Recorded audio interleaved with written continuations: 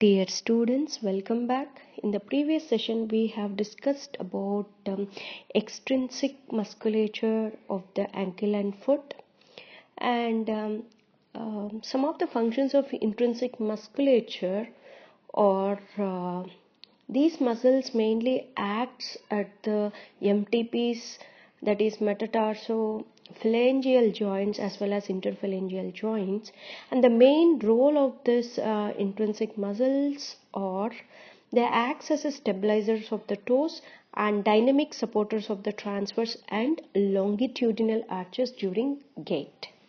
Okay, now in this session we are going to discuss about deviations from normal structure and function.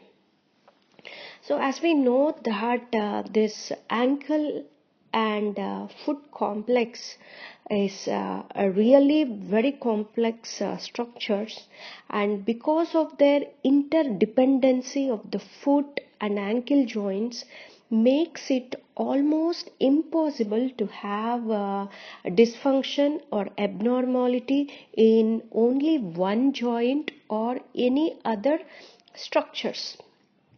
Okay, so once present deviations from the normal or from neutral position will affect both proximally as well as distal joints. Okay, so there are large number of congenital and acquired ankle and foot problems are present, but here we can't discuss about each and every problem, and we have already seen some of the deviations in the previous chapters of related proximal joints. Okay, and here we are going to discuss the domino effect that an ankle or foot problem has on the joints proximal and distal to the problem. For example, if there is any problem in the ankle joint, so what is going to happen to the proximal to this ankle joint and what happens to the distal to this joint? In this session we are going to discuss about the types of foot. Okay, so based upon the arches, some of the variations we can see in the arch of the foot, which create some problems proximal to the deviation in a particular part of the arch. Okay, what are the problems created in proximal to the arch and distal to this arch? So normally distal means from metatarsophalangeal joints to interphalangeal joints, that causes the a distal variation, whereas proximal to this arch means we'll find some deviations in the ankle joint as well as the knee joint, remaining hip, and it will go to lumbar vertebral column as well as to the spine. Okay, so now in this session we are going to discuss about different kinds of foots, that is deviations from the normal structure. So this is the normal arch. Here if you can see in the high arch, the medial arch is increasing somewhat up, which is causing high arch, which is called as Pesplanus or supinated foot, and here the medial arch is flattened, okay, which is decreased, which is called as flat arch or called as Pesplanus or flat foot or pronated foot. Now in this session we are going to discuss about this flat foot or Pesplanus. Okay, yes, so the Pesplanus or flat foot or pronated foot, both are same. Because of the structural variations, the names has been came here. Here the pes means foot, and this planus means flat, that is Pesplanus. And here how it happens means, here the foot is going to pronated foot is going to pronated, which causes decrease in the medial arch, causing this pronated foot. How this is going to be happen now we can see.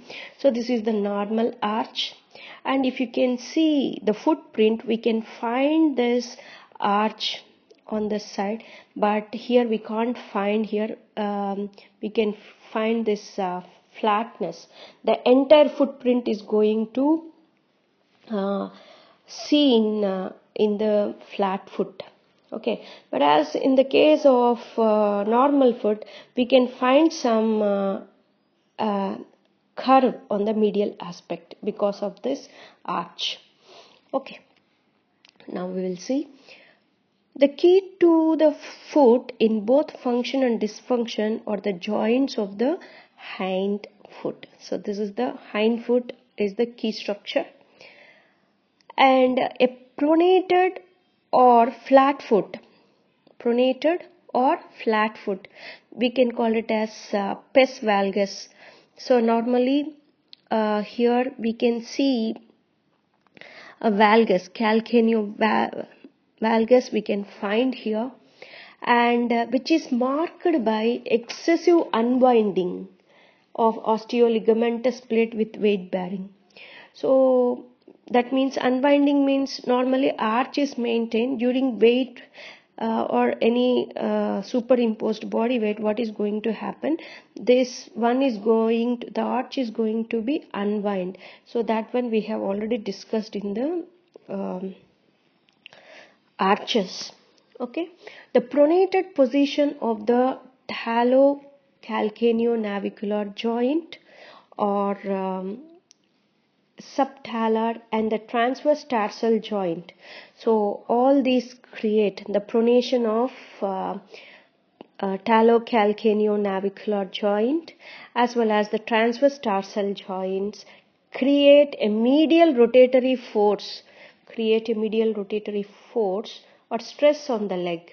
This medial rotatory stress or position of excessive medial rotation of the leg may result several problems around the knee joint, including excessive angulation of patellar tendon and excessive pressure on the lateral patellar facet.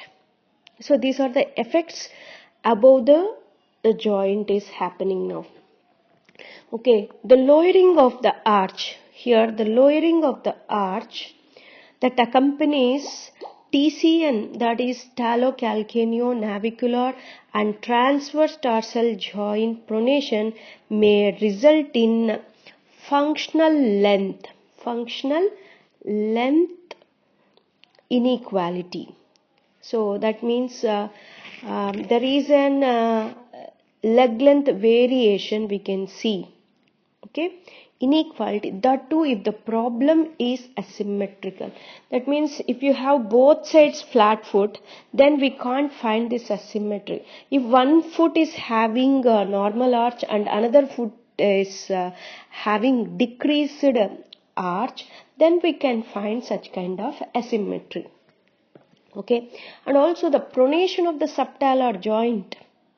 So here the pronation of the subtalar joint creates or lowering the ankle joint axis and result in slight reduction in overall limb length. Lowering the arch also tenses. The ligaments, that is the plantar ligaments. We know that short and long plantar ligaments and also the plantar aponeurosis. So in all these structures the tension increases. Prolonged stress of these structures can result in a cycle of micro tears. So small tears in the ligaments will happen if this prolonged flat foot is maintained, and which causes these micro tears, which causes pain and inflammation. If you see with the hind foot pronation, the forefoot must adjust. If the hind foot pronation, the forefoot must adjust in the supination, isn't it? By adjusting, by supinating at the tarso-metatarsal joints. Okay, and this may result in dorsiflexion of the first ray. This may result in dorsiflexion of the first ray. That prevents it from providing some of its normal weight bearing support.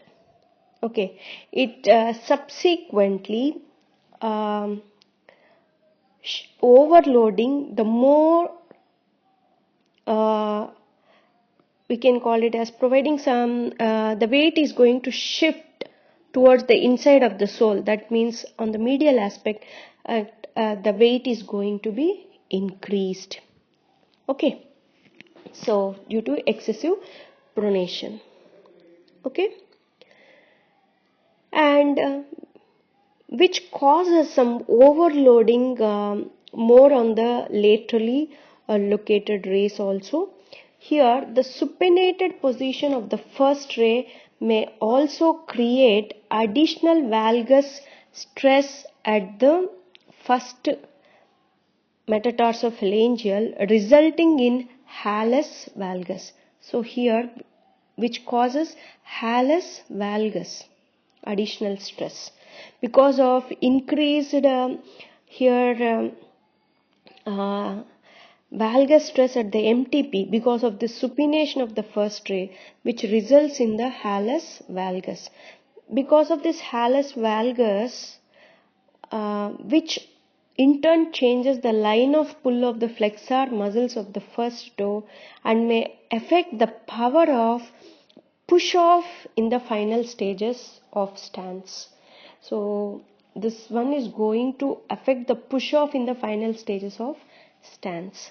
The most common form of the flat foot is termed as flexible flat foot and is marked by an arch that reappears when the foot is non-weight bearing. When the foot is not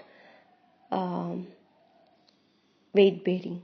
And in such a foot, however, the non-weight bearing forefoot may continue to appear relatively supinated. So treatment is focused around the prevention of excessive pronation.